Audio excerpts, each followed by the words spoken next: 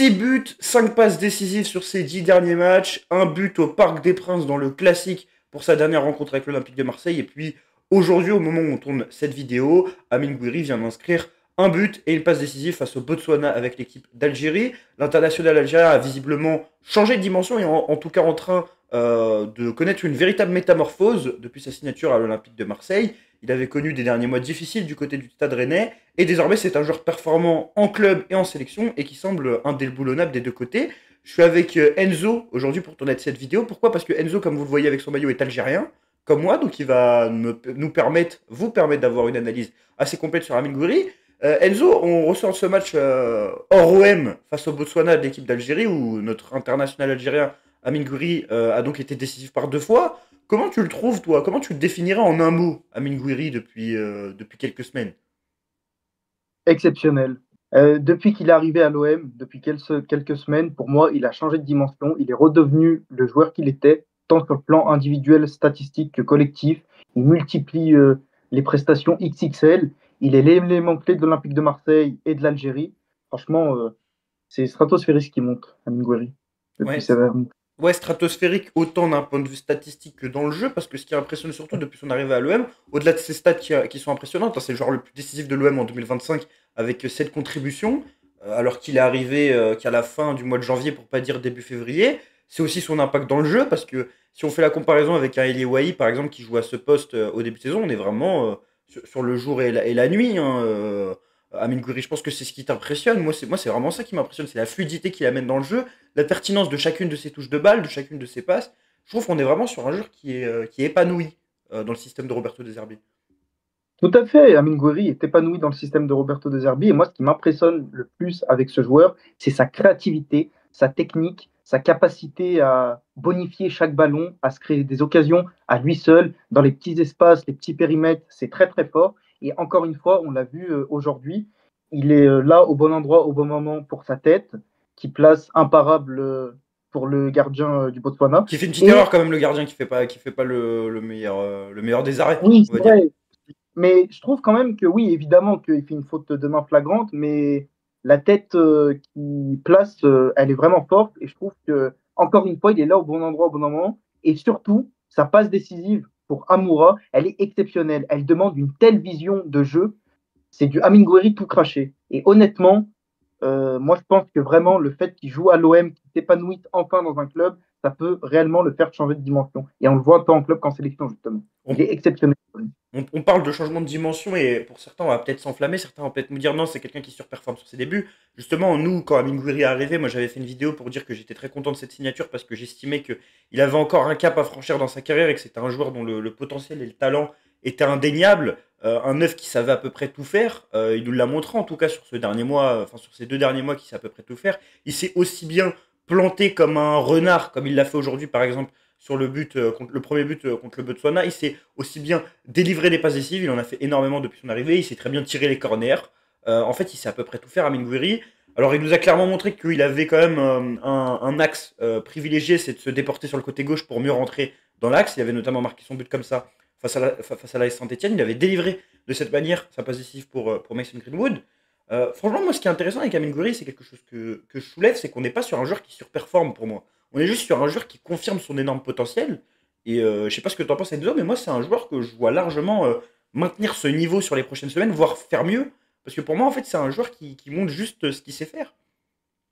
Mais tout à fait. Et ce qui est absolument exceptionnel avec Amine Gouiri, c'est qu'il a encore une marge de progression qui est flagrante. Parce qu'en fait, moi, je trouve qu'il retrouve tout simplement le niveau qui était le sien à ses débuts à l'OL ou même encore à Nice.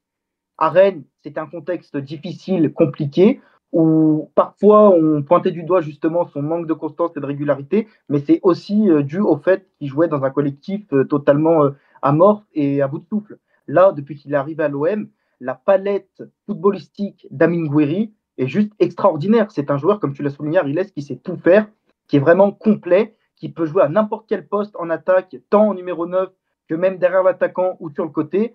Donc franchement, c'est une aubaine de l'avoir à l'OM à Gouiri. Et en tout cas, ses qualités, elles sont aussi mises en valeur par le football de Roberto De Zerbi. Roberto De Zerbi qui lui reconnaît depuis son arrivée des qualités incroyables, hors du commun.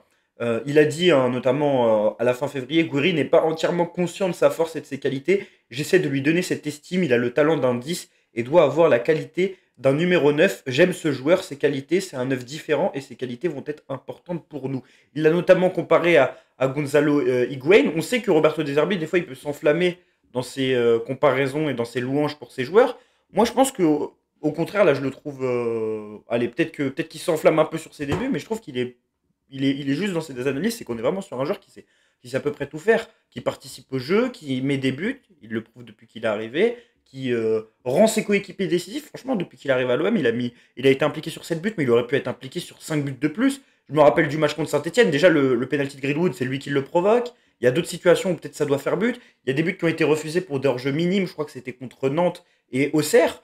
Donc on est vraiment sur un joueur qui est en train de devenir une machine à marquer, une machine à faire marquer. Vraiment un neuf complet, parfaitement adapté au profil. Et j'ai envie de te dire, Enzo, est-ce que c'est pas le joueur idéal pour ce poste-là? L'OM, on a un peu tout connu au niveau des postes de numéro 9.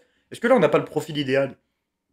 Bah, Amine Gouiri est typiquement le profil idéal pour réussir en tant que neuf à l'OM, parce que comme tu l'as souligné, il sait tout faire, il rend les joueurs, ses partenaires meilleurs, et ça c'est réellement important pour un neuf, tu vois, un petit peu à l'ancienne, parce que Roberto De Zerbi l'a comparé à Higuain, moi à toute proportion gardée bien évidemment, son style de jeu me fait penser à un Karim Benzema, qui Ouais. peut autant être numéro 9 que jouer derrière l'attaquant, délivrer des caviars, rendre ses partenaires justement meilleurs comme je soulignais, et qui sait tout faire avec un ballon. Et c'est le cas d'Amine Gouiri. Donc honnêtement, il doit poursuivre sur cette lancée et réellement démontrer enfin le magnifique joueur de football qu'il est, simplement. En plus, il y a ce truc-là, c'est que quand il est arrivé, on se rappelle qu'il y avait énormément de joueurs qui critiquaient la piste. Nous, on l'a toujours mise en valeur. D'ailleurs, avant même qu'il signe, 20 jours, enfin 15 jours avant sa signature, on avait fait un tweet pour dire que si Wai partait, bah, ce serait une très bonne idée d'aller sur Amin Gouiri. Bon, finalement, l'OM est allé dessus et il a confirmé que c'était une super piste. J'ai l'impression qu'il prouve que un peu cette phrase qui revient souvent lorsqu'on parle de joueurs en difficulté qui se relancent, c'est qu'il n'y a pas de mauvais joueurs, il n'y a que des mauvais contextes. Sauf que lui, on savait que c'était pas un mauvais joueur. Et même quand on regarde le Stade Rennais ces dernières années, si tu regardes les joueurs qui sont passés par le Stade Rennais, les clubs où ils sont allés après, sans forcément performer à Rennes, on a vu pas mal de gros joueurs. On peut penser par exemple à Rafinha. Je sais pas si tu as d'autres joueurs en tête. Rafinha qui est actuellement au Barça, qui a dû passer par Leeds pour exploser. C'est un club quand même qui recrute quand même des joueurs de qualité. Jérémy Doku, ils ont toujours des joueurs de qualité, mais qui n'ont pas forcément le contexte collectif, le bon entraîneur pour le faire, parce que c'est pas forcément des entraîneurs protagonistes. Là, on va voir si ça va changer avec Habib Bey. Mais je trouve qu'il y a une sorte de cocktail, un truc qui arrive à un beau moment aussi pour Guiri. Aujourd'hui, il a 24 ans, si je dis pas de bêtises, 24-25 ans. Il arrive peut-être à un âge de plus grande maturité. Donc moi, franchement, je suis totalement satisfait, hein. Et même quand je le vois à chaque match, limite, c'est une habitude. T'es pas choqué par le fait qu'il marque à chaque match. Là, par exemple, quand on a regardé, je sais pas si c'était ton cas, mais le match contre le Botswana, quand j'ai vu le but, de base, je me suis demandé, tu peux te demander, est-ce que c'est lui? Parce que bon, la pelouse était claquée, la réalisation était claquée. Mais en fait, dès qu'il y a le but, je sais que c'est Amine Gouiri parce que je vois le mouvement au début de l'action, je vois la manière dont il se positionne. Et non, franchement, je trouve qu'on a un super numéro 9. On a vraiment un super numéro 9. Ben, bien évidemment, et en fait, Amine Gouiri a la faculté d'être au départ et à la conclusion des actions, de créer et de conclure à la fois. Et ça, c'est rare pour un joueur de football. Et en fait, moi, je veux vraiment insister sur le fait qu'Amine Gouiri retrouve tout simplement le niveau qui était le sien à ses débuts à l'OL ou encore à Nice. Parce que Rennes, comme tu l'as souligné, c'est un contexte très particulier où ces dernières années, ça bosse pas vraiment bien, ça recrute à tout va pour des prestations qui sont en dents de scie. Et au final, tu sens que Gouiri, depuis qu'il arrive à l'OM, il s'épanouit et il peut réellement montrer le football qu'est le sien. On Et voyait tout ça ce déjà en potentiel. sélection algérienne en plus, c'est pour ça que nous on a cette. C'est qu'on voyait déjà en sélection algérienne un joueur qui marquait déjà tous les matchs depuis son arrivée en sélection, il me semble, en 2023, en septembre 2023. On est vraiment sur un joueur qui est hyper décisif, c'est peut-être ce qui lui était reproché aussi parfois à Rennes. Donc on va voir comment ça va se passer pour la suite. Moi en tout cas, je sais pas ce que tu en penses, mais je trouve qu'actuellement c'est le leader offensif de l'OM. Et c'est peut-être quelque chose qui peut paraître assez surprenant dans une équipe où tu as un Mason Greenwood par exemple, c'est que factuellement, que ce soit en termes de stats, que ce soit en termes d'apport dans le jeu, on, on est sur le leader offensif de l'Olympique de Marseille. Ah, mais bien évidemment, leader offensif de l'Olympique de Marseille, et je dirais peut-être même actuellement, et sans aucune mesure, le meilleur neuf de Ligue 1 actuel, hein. Ouais, meilleur, Honnêtement, meilleur c'est pas. joueur de l'OM, mais pour moi, on est aussi sur le meilleur joueur de l'OM depuis son arrivée. Ah, bah bien Factuellement, évidemment, hein. quand tu regardes les matchs, quand tu regardes soit son implication sur les buts, quand tu regardes son apport dans le jeu, on peut prendre son match face au PSG, encore une fois. Sortir un match comme ça quand t'es numéro 9 de l'OM dans un classico, la dernière fois qu'on a vu un 9 être potable dans un classico, ça remonte à longtemps. Quoi, Alexis Sanchez en Coupe de France, c'était contre quel PSG aussi? Là, on est face à une équipe qui fait, qui fait une saison incroyable, le Paris Saint-Germain, et lui, te sort un gros match. Contre Lyon, on l'a vu, les rentrées, il a été décisif. C'est quand même un joueur que pour l'instant, on a vu dans différentes situations face à différentes adversités et qui a toujours répondu présent. Donc, si aujourd'hui, on doit faire l'évaluation d'Amine Gouiri au bout de 2 mois à l'Olympique de Marseille, on doit juste se dire qu'il confirme que c'est le profil idéal. Il confirme qu'il a largement le niveau pour être le 9 titulaire de l'OM et peut-être même pour être le leader offensif de l'OM potentiellement. Et qu'aujourd'hui, contrairement aux préoccupations de certains, c'est que c'est pas Gouiri qui n'est pas au niveau de l'OM.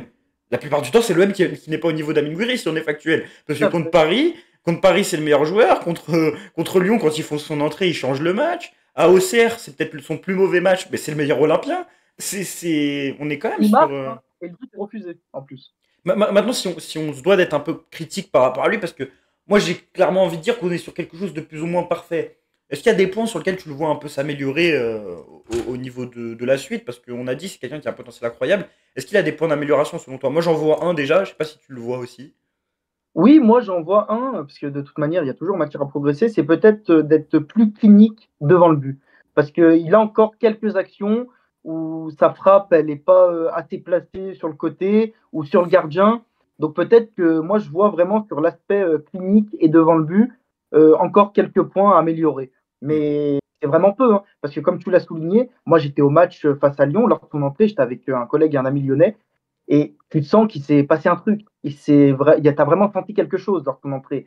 Son apport dans le jeu est exceptionnel. Ses combinaisons, sa faculté à être bon dans les petits périmètres, les petits Même des espaces, petits trucs qu'il va apporter faire, à des toute petites une équipe talonnades, coéquipier, c'est magnifique. des petites talonnades qu'il va faire au cœur du jeu.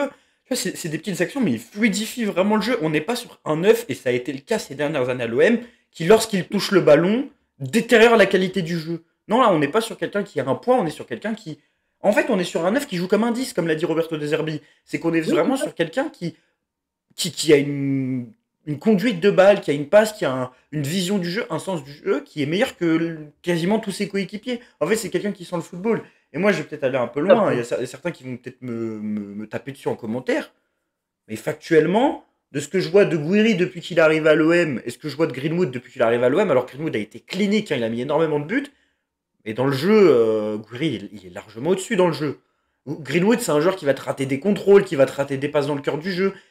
Guiri, c'est vraiment, je le trouve limite pur. Il a une capacité à chaque fois à bonifier les ballons qu'on lui donne, même dans des situations compliquées. Par exemple, face au Paris Saint-Germain, on est bas, où il faut aller le chercher dos au but face à un Pacho, face à un Beraldo, et il te bonifie chaque ballon. Et ce n'est pas le cas d'un Mason Greenwood. Je prends Mason Greenwood en exemple parce que c'est la référence au niveau offensif. Et moi, j'ai juste envie de dire que si Guiri continue comme ça, pour moi, le leader offensif de l'OM, c'est lui et c'est pas Greenwood.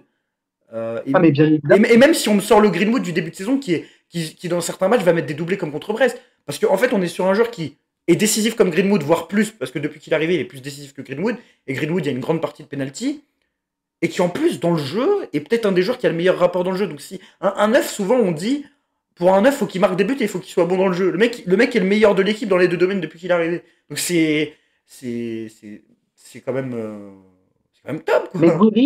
Guiri, comme tu l'as souligné, est un joueur complet. Et de par son apport au jeu et sur le plan collectif, je te dis clairement, sans aucune hésitation, il fout droit Mason Greenwood. Clairement. Depuis que Gouiri est arrivé à l'OM, qu'il apporte dans le jeu, c'est exceptionnel. Et ça faisait des années que j'avais pas vu ça. À l'OM, hein.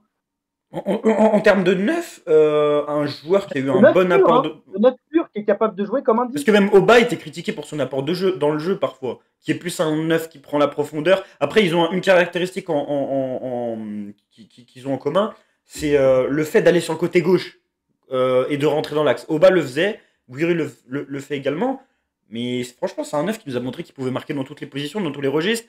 Moi, le point d'amélioration que j'ai pas cité, du coup, c'est peut-être le pied gauche. Améliorer le pied gauche, notamment, du coup, ça colle avec ce que tu as dit, c'est au niveau de la finition. Je me rappelle de certaines situations contre Nantes et contre Lens. Il y a peut-être un point d'amélioration à avoir là-dessus. Maintenant, pour le reste, franchement, on est sur quelque chose de parfait. Et l'enjeu, ça va être de maintenir ce niveau et de s'améliorer. Mais si Gouiri continue sur ce niveau-là, je pense que ça ne m'étonnerait pas à ce qu'on soit sur un 9 qui soit décisif quasiment à pratiquement tous les matchs ou tous les deux matchs. Parce que pour l'instant, c'est le rythme sur lequel il est. Et si on est en Champions League l'année prochaine et qu'il continue comme ça, on va. Franchement, c'est un joueur, déjà, faut pas l'oublier. On était sur un des premiers prospects en Europe au poste de numéro 9 quand il sort du centre de formation de l'OL. Et c'est un joueur qui a eu les ligaments croisés très tôt, ce qui a freiné son début de carrière. Des fois, je me pose la question, mais je me dis, mais si ce mec-là, il avait pas eu les ligaments croisés, ils auraient eu un deuxième Benzema, Lyon. On l'aurait jamais vu à l'OM aussi. Ah, mais honnêtement, clairement, lorsqu'il a débuté, moi je le suis depuis ses débuts, Gouiri, tu te dis, mais qui est ce joueur? Tu sens qu'il justement, il respire le football, il incarne justement ce côté sublime, magnifique, tellement agréable à voir jouer.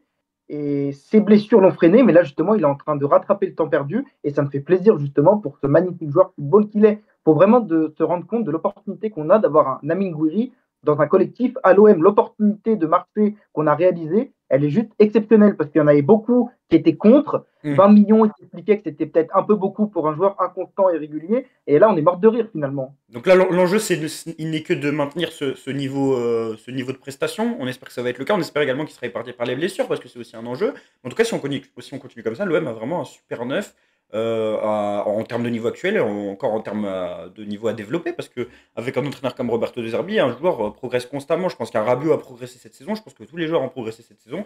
Et il n'y a pas de raison pour que Amine Gouiri continue de progresser. En tout cas, ce qu'on peut lui souhaiter pour la fin de saison, c'est de continuer à mettre ses buts pourquoi pas de dépasser les 10 buts. Il a combien là? 10 buts, c'est peut-être. Je sais pas si ça va être compliqué 10 buts. Il a Si, 5 buts à il l'OM.